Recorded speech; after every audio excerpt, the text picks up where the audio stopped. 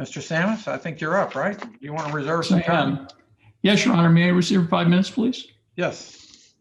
Thank you. Good morning, and may it please the court. Counsel, my name is Scott Samus. I represent the appellant State Farm. We're asking the court today to reverse the order below that awarded insurance benefits because the appraisal that occurred in this case established that there was no coverage for those damages. Now, as the court is aware, this case was appealed once already. In the first appeal involved the right to appraisal. There was a disagreement over the amount owed.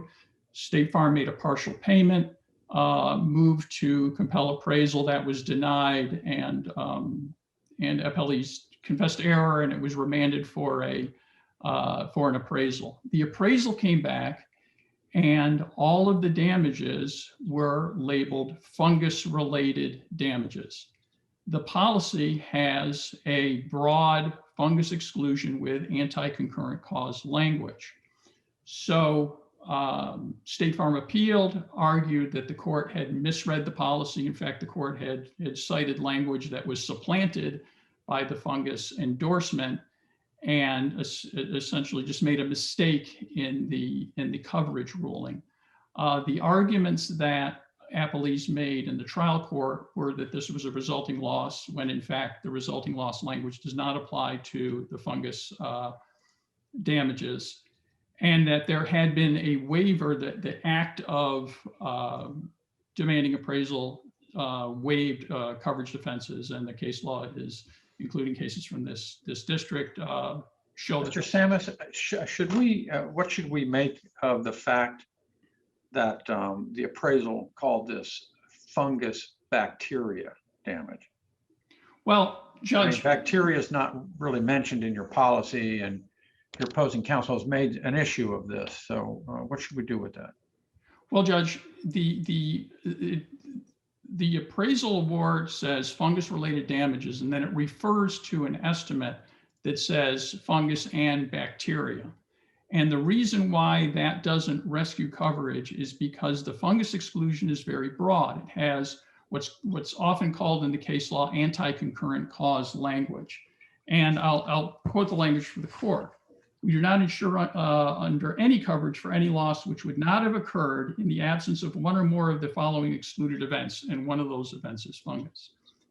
We do not insure for such loss regardless of A, the cause of the excluded event, or B, other causes of the loss, or C, whether other causes acted concurrently or in any sequence with the excluded event to produce the loss. So under this anti-concurrent cause language, if the excluded cause, which is fungus, contributes to the loss, and it is, I think it's undeniable from the appraisal award that fungus-related damage and fungus and bacteria, there's no other way to read it but to say fungus contributed to this damage. Therefore, because of the anti-concurrent cause provision, there's no coverage. So what I understand you to say that bacteria is caused by fungus? No. Okay, because I personally am unaware of that and haven't not seen any evidentiary connection between the two in any of the briefing. No, they're two separate things. They're two separate organisms. But what the appraisal award says, it says fungus-related damage, and it has the entire amount for fixing the damage. Then later it combines and says fungus and bacteria. Bacteria is a separate organism. It is not mentioned in the exclusion. The problem, and the reason why the exclusion still applies, is because a combination of fungus and bacteria is still excluded because of the anti-concurrent cause language. Again, it says it is excluded whether other causes acted concurrently or in any sequence to produce the loss. So the fact that bacteria and fungi may have combined, according to the attachment to the appraisal award, it is undeniable that fungus contributed to every dime that was awarded for repair of damage. And therefore, because of the anti-concurrent cause language, there is no coverage. I would point the court to the Liberty Mutual versus Martinez case that's cited in a brief on that point. Is sort of going along with that. The coverage aspect of this case regarding resulting loss and waiver, I don't think there's any dispute, because in the answer brief, appellees did not try to defend the trial court's interpretation of the policy. I think that's essentially a concession that the court did misinterpret the policy. Instead, some other arguments were raised. As Your Honor pointed out, one of them is the mention of bacteria as a concurrent cause in the appraisal award.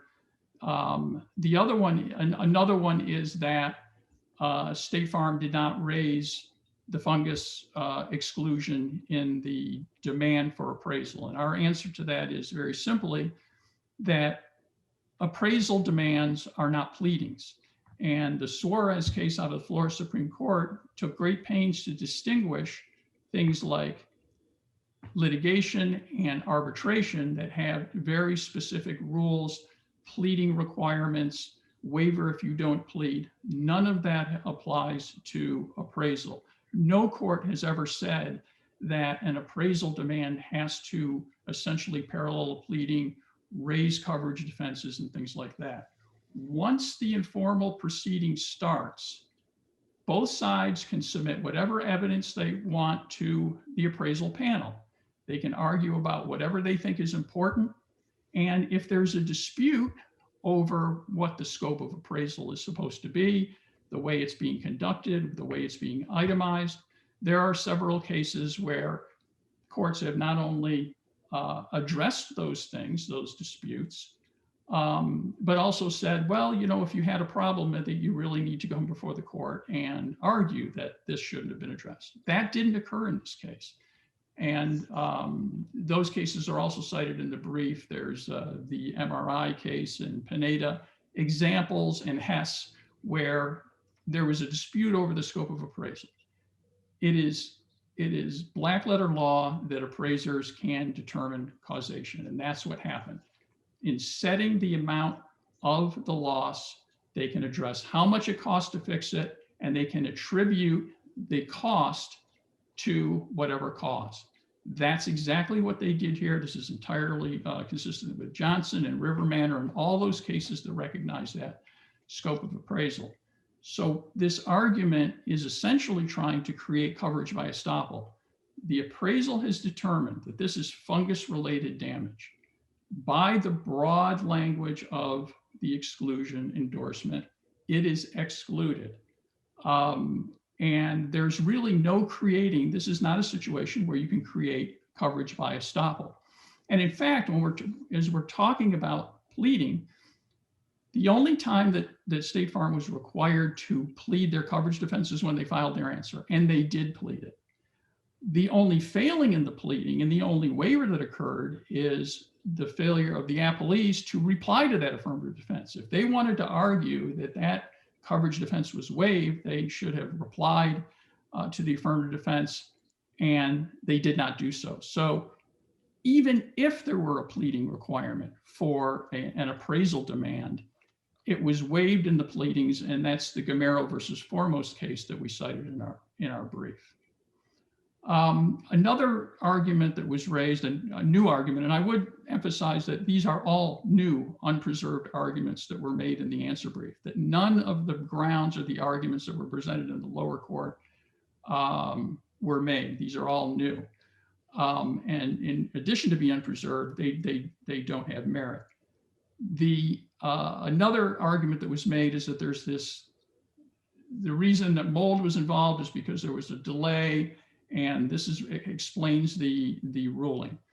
That does not carry the day, because the Hess case says the court cannot look behind the appraisal award. You have to look at the face of the appraisal award, compare it to the policy language, and make that coverage decision. The entire process of this case went according to the black letter law. There was a demand for appraisal, it went to appraiser, the appraisers issued a decision within the scope of their authority. The only mistake is in interpreting the policy and whether fungus-related damage was covered. Another argument that's been made is that ALE, additional living expenses, are not covered. And that is also refuted by the plain language of the policy, because if all of the damage is fungus related, you look to the policy and the endorsement that excludes coverage says we also do not cover any loss of use or delay in rebuilding, repairing, or replacing covered property, including any associated cost or expense due to interference with the residence, premises, or location of the rebuilding, repair, or replacement. So the alternative living expense, which is you have to move out of the house while they remediate the fungus, that is explicitly excluded by the policy as well. So this is an example of appraisal really doing its job. It established the facts, avoided a jury question on the cause of the damage and the amount of the damage, and all that needed to happen was for the court to apply the policy language. I think that the appellees have, the appellees are arguing that, well, it's an issue of fact because they shouldn't have been able to argue the fungus exclusion. And as I've stated, I think that's wrong. But also it's in a way an admission that the court did make a mistake, because at best they're saying it's an issue of fact. State Farm's position is the judge was wrong in issuing what amounted to a summary judgment in this case. But on remand, there doesn't need to be an evidentiary hearing because the facts that establish the proper outcome were established in that appraisal, and that is that there is no coverage for this claim. So we would ask that the court reverse and remand for judgment in favor of State Farm. I'll reserve the rest of my time, Your Honor. Thank you. Sir Rockenbach? Good morning. Bard Rockenbach on behalf of the insured, the plaintiffs. Mr. Samus said that this was a good example of appraisal doing its job. And in a lot of respects, that's correct. And in one very important respect, it is incorrect. First of all, I want to clear up a misconception. It is not our position that that the trial judge was completely incorrect in how the issue was decided. The plaintiff put forth a motion for judgment in accordance with the appraisal, because the appraisal came up with an actual cash value of the additional living expenses and the amount for the property damage. And so the plaintiff simply brought it to the court and said, we have had an appraisal. The appraisal is for this much money, enter judgment. And that is where things went awry. State Farm introduced this idea of fungus-related damage, and the court got sidetracked. And frankly, the trial lawyers in the court were all sidetracked talking about this non-issue of fungus-related damage. And I'll tell you why it's non-issue is because of the policy terms. And I am first of all, I want to thank Mr. Samus for presenting a very clear explanation of how insurance policies are written and interpreted, because I think I'm going to take the first few pages of his brief and hand it to new lawyers and say, read this and understand how an insurance policy is written and interpreted. It was really good. So this the endorsement does control over the policy language. The appraisal in the endorsement, which is on record page 34, says if you and we fail to agree on the amount of the loss. All right, so now we know that it's the amount of the loss. That's in paragraph 1, first clause. Drop down to paragraph 3, second sentence. The amount of the loss is determined by the actual cash value, market value, or replacement cost of the loss according to the applicable loss settlement provision. And then the final paragraph, appraisal is only available to determine the actual cash value, market value, or replacement cost of the loss, and has no effect on matters of coverage.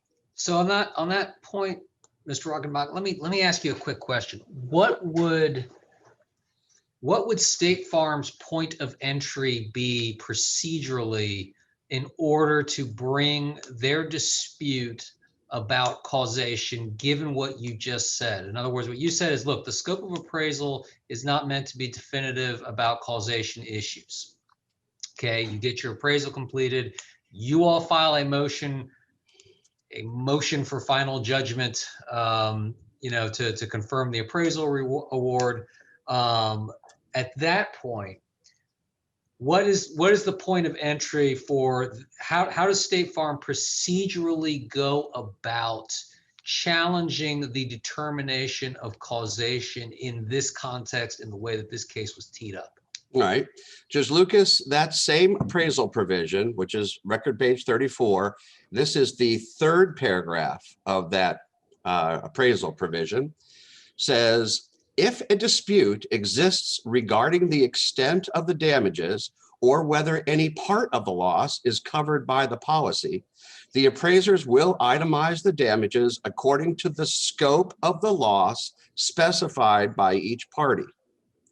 So, if State Farm thought there was a fungus problem and that there could be coverage issues related to the fungus problem, then they should have and were required to, under the policy, just like the insurers were required to under the policy, tell the appraisers that we think there's a fungus problem. Okay, see, and that's where this, I think, maybe goes off the rails a little bit, because in this instance, it seems like, and correct me if I'm wrong, but the issue, this dispute, this discrete dispute about the line item that gets attributed to fungus costs doesn't arise until after the appraisal is given. Right. So we've gone full circle. What is their point of entry to bring that dispute and to be heard on it? Because it doesn't. Here's the thing: if it's a typical appraisal process, you basically have the lawyers forward some materials to the appraisers. The appraisers come out to the site, kick the tires a little bit. They work up their estimator programs or what have you, and they come out with their numbers, right?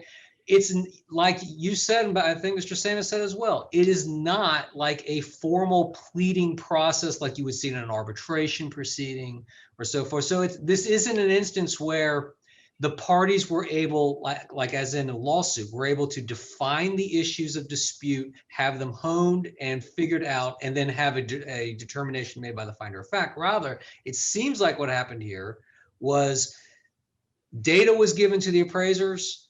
Appraisers came out with a number that they came out with and ascribed it to something. And now the dispute is, well, wait a minute, that wasn't covered, at least from State Farm's perspective. So I'm not sure that just saying, well, look, you can bring up whatever you want in the appraisal process necessarily covers my concern.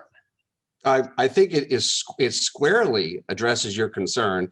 If we are going to apply the contract terms according to the way they're written, the procedure was for State Farm to provide notice to the appraisers and to the insureds that fungus was an issue, and then ask the appraisers. How many, like by the lights of your argument, it was incumbent upon State Farm to positively and didactically list every single possible exclusion that could possibly arise.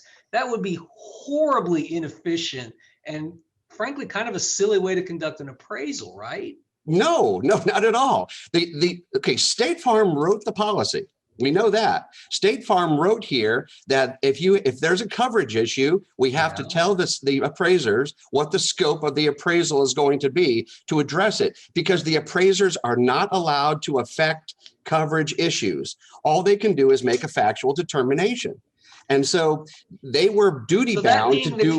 That being the case, if a dispute arises and you've just said that the appraisers can't decide the coverage causality dispute, what is State Farm's point of entry to challenge that? No, they have none at this point. Their point of entry was back when the appraisal was done. This is like asking a jury, after the trial, then somebody says, aha, the jury made this finding too, and now I'm going to raise a new point. There's a critical problem with that analog, Mr. Rodenbach, which is that by the time you get to a jury trial, you've had an opportunity, both sides have had their pleadings honed. They've had an opportunity to present pleadings. They've had full discovery, and the issues have been crystallized so that you know exactly what it is a dispute that the jury is deciding.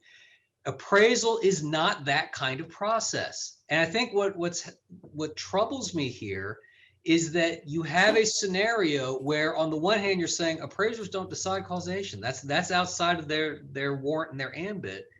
But when they make a determination of it up, you should have challenged that earlier. You should have proactively raised that, even though no one brought it up, which doesn't seem to me to afford proper due process within the context of a lawsuit. I mean, they have to have a point of entry to be able to challenge this. Yes, Judge Lucas, you and I are just going to disagree until That's all right. the end of time on this point. Because Mr.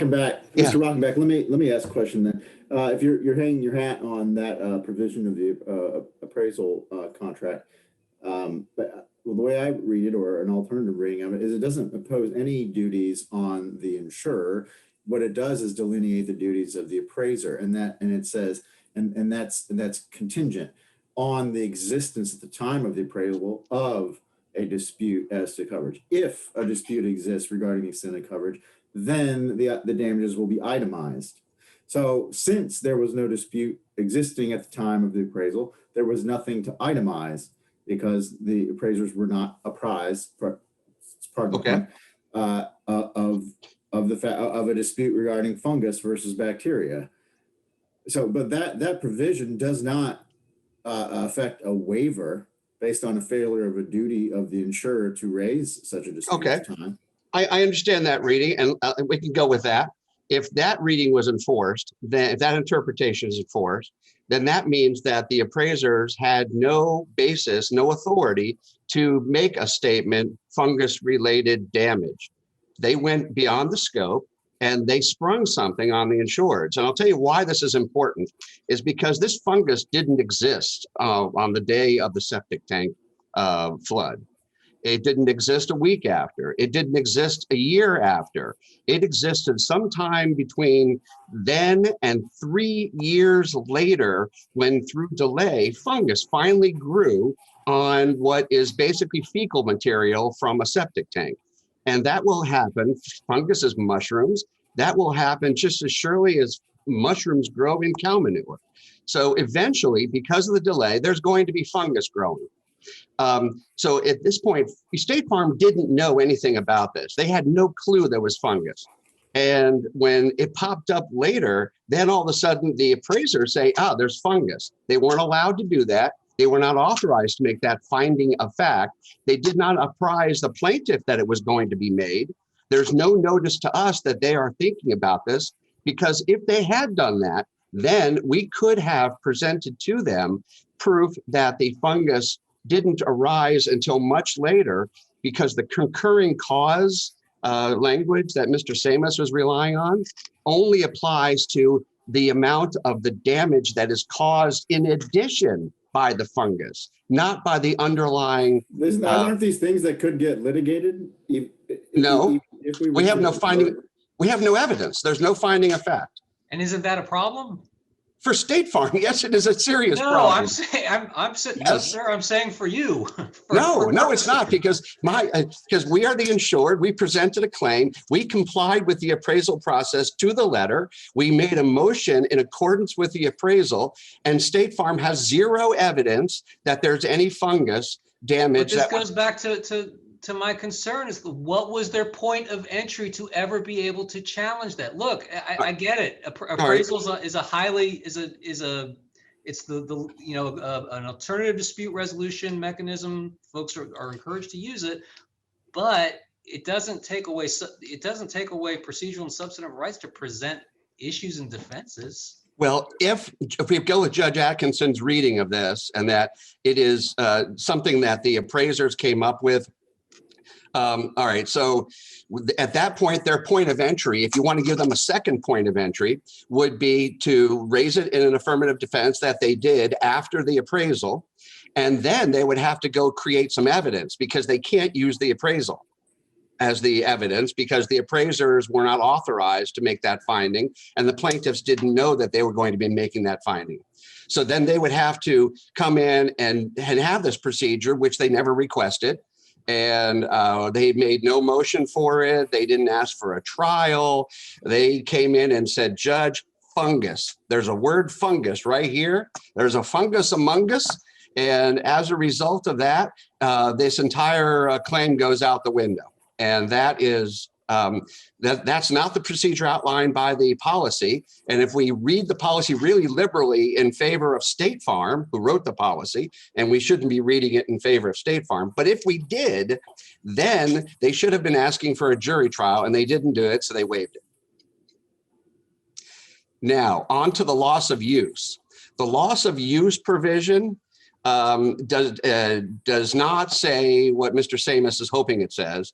It says we do not cover under fungus. We do not cover any loss of use due to the interference at the residence premises by fungus. I cut out a whole bunch of words in the middle to make it more readable, but it says any loss of use due to the interference at the residence premises by fungus. Now, the loss of use was paid in the first 3 months. So State Farm should have had some evidence that the loss of use was caused by interference by fungus during those first 3 months. If the fungus grew 2.5 years later, then they have no coverage defense to that. If the loss of use was because there was sewage in the people's house, which seems really likely that people did not want to live for 3 months in their house with sewage, then it has nothing to do with this loss of use provision, and that absolutely must be paid because there's again no evidence on that to the contrary. But overall, you know, this. We are trying to enforce this insurance policy. We're trying really hard to enforce an insurance policy here, and we're getting nowhere.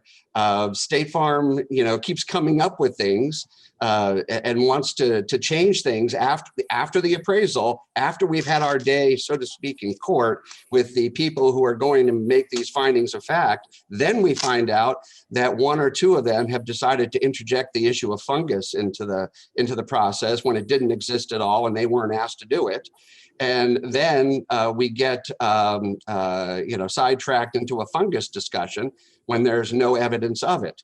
And again, because of the concurring cause provision, which says that, if I can just read it to you, if I can find it, we do not insure for any loss which would not have occurred in the absence of 1 or more of the following excluded events, one of which is fungus. So it says, which would not have occurred in absence of, which means which was caused by fungus. So they would have to prove that that there was some additional damage caused by fungus, and that the original damage caused by the sewage, I guess, all went away. I mean, according to the appraisers, the presence of fungus made it so that all the sewage went away and the walls. I guess I have a question for you, just procedurally. Yes. Then. So these all you're both very good advocates, and your advocacy is effective. It sounds like something that ought to be litigated. I'm 107 years old, so yeah, I should be able to do this. Why should the appraisal foreclose this robust discussion about coverage? Why can't y'all just go litigate that now? Well, because the appraisal was supposed to be the end. The appraisal, Mr. Samus started ended saying that this appraisal was an effective way to avoid a jury trial. And we go through and we do this, and it turns out that no, the appraisal was like. It's an effective, it is a way to avoid a jury trial on the amount. Right? I mean, there's a lot of case law that talks about appraisal that it's not about coverage, it's about the amount. Yeah. Right, but that coverage ends up not being disputed. Yeah, it's a great way to avoid a jury trial about the amount of damages, right? None of the other cases that have been discussed in the briefs have this same appraisal language where the appraisers are limited to determining actual cash value and that there has to be a scope specified for the appraisal by the parties if there's some other aspect. That is unique as far as I can see. It does not exist in any other case. I hope I haven't missed something. I'm sure Mr. Samus has. If I did, he's got it on the tip of his tongue and he's going to spit it back at me. So it was supposed to be the end of the discussion because in the beginning it was loss of use and the value of the damages. When the appraisal was demanded, State Farm said the only issue is the amount of the loss. When it was sent to the appraisers, the only issue was the amount of the loss. And then all of a sudden we have this fungus thing come back from the appraisers who weren't authorized to talk about fungus. And now we're going to start the case all over again. Okay, now it's no longer about the amount of the loss and the appraisal means nothing. Now we're going to have to go ahead and do by litigation what the appraisers should have done, which is go figure out how much of this was due to extra damage caused by fungus versus the damage caused by sewage from the septic tank in the beginning. So there's a huge difference. We're basically. But the problem is the appraisers are not experts, and because they think something may be fungus, it may in fact not be until you have some scientific experts look at it, right? So it's a really unresolved issue. Well, they apparently think they're experts because they decided it was fungus. And if they had been given that as part of the scope, they could have decided that they're builders. They're people who do this kind of remediation for a living. One of them is former Judge Alvarez, right? He's the umpire, right? He's going to keep the other two under control, I guess. There you go. But the other two are kind of experts, I'll give that to them. They know how to rebuild a house and how much it costs. Sir, you've got 30 seconds. I noticed that Judge Morris, I don't see a clock on here. Am I missing it? I have the clock in front of me. It's a secret You don't clock. see it. That's my job to keep the clock. Well, that's great. Well, then I think I've said everything I need to say. Liberty Mutual versus Martinez doesn't have the same language as the concurrent cause, anti-concurrent cause provision, and the loss of use provision is unique. The appraisal provision is unique. All the cases that are discussed kind of, like maybe they provide some sort of guidance, but they really don't because the policy is, this policy says and sets out the agreement of the parties, and both parties have to comply with it. We complied, State Farm has not. We should have our judgment affirmed. Thank you. Thank you. Mr. Samus, you have 5 minutes. Thank you, Your Honor. I think walking through what happened in this case is a good way to illustrate the points made by Judge Lucas and Judge Atkinson. When this came back on remand, the trial judge didn't put any restrictions or define what the appraisers, the order said, go to appraisal on this claim. Now, going to appraisal on this claim, how do you initiate it? Under the appraisal provision, it says a demand for appraisal must be in writing. That's all it says. It must be in writing. It doesn't put any other onus on either party. It doesn't say it has to be pled, all issues have to be raised, anything like that. As Judge Atkinson observed, the duty later on says if a dispute exists regarding the extent of damages or whether any part is covered by the policy, the appraisers will itemize the damages according to the scope specified by each party. There's where the opportunity comes in for the information that's given in this informal process to the appraisal panel. So somebody gave information to these appraisers that indicated that this is fungus-related damage. They gave, it's sort of like what happens in a jury room. The Hess case says you don't look behind it. What we presume is that both sides give information to the appraisers. They can't agree. They go get Judge Alvarez. Judge Alvarez talks to all of them, considers all the information, and makes a decision within the scope of authority, which the Florida Supreme Court says part of the act of determining the amount of the loss is also determining causation. So causation, which is what this fungus-related sentence says, and the number are clearly within the authority of the appraisal panel under Johnson v. Nationwide, River Manor, Tracy, and all those cases that say that. Now, if there is a dispute over you're going beyond your bounds, or I don't like the fact that State Farm presented evidence to the appraisers and to Judge Alvarez about fungus, go back to the court and tell the trial judge, Judge, I think this goes beyond the authority. None of that happened. We have, just like in Hess, we have a number and we have the words fungus related. At that point, now, what the appraisal panel has done done exactly what is permitted by both the policy and by Florida law. The job of the trial court at that point is to look at the policy, look at those two things, because think about what appraisers do. Essentially, they avoid jury trials on facts. What would be submitted to a jury if this went to trial? What caused the damage and how much does it cost to fix it? Appraisal removes that burden. That's why it's an effective way of alternative dispute resolution. And then once that decision is made, the trial court then looks at the policy and applies those findings to the policy. Here, the judge just misread the policy. The fungus exclusion applies.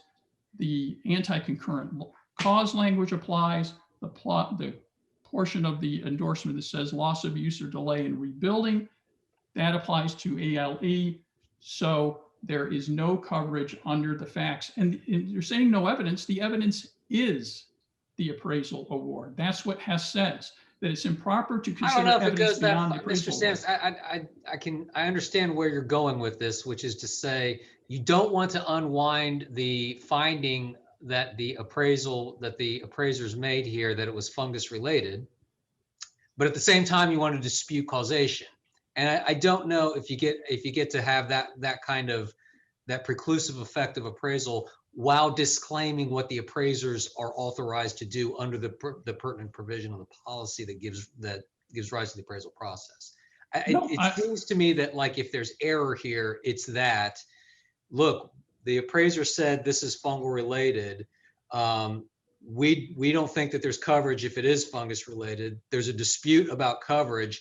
Coverage needs to be litigated. I think that's as far as it goes. I don't know that it goes to where you can just, okay, reverse and remand and tell the court there's no coverage. It just sounds like where you're heading. You've got 25 seconds to respond to that. That's exactly the outcome, Judge, because as I'll quote from Hess, Hess says that it was improper to look at evidence beyond the appraisal award. It says evidence beyond the appraisal The appraisal award. award is defined total. Whatever the appraisers do is You're out of time, guys. by the policy. Right. Well, may I sum up, because this is a Very briefly, important please. point. Johnson v. Nationwide said that part of establishing the amount of the loss is determining causation. That's Johnson v. Nationwide, that's River Manor, that's Tracy, the other cases cited in the brief. The purely legal question was all that was left to the judge. And the right answer to that purely legal question is this appraisal award is not covered. So we ask that the court reverse and remain for summary judgment in favor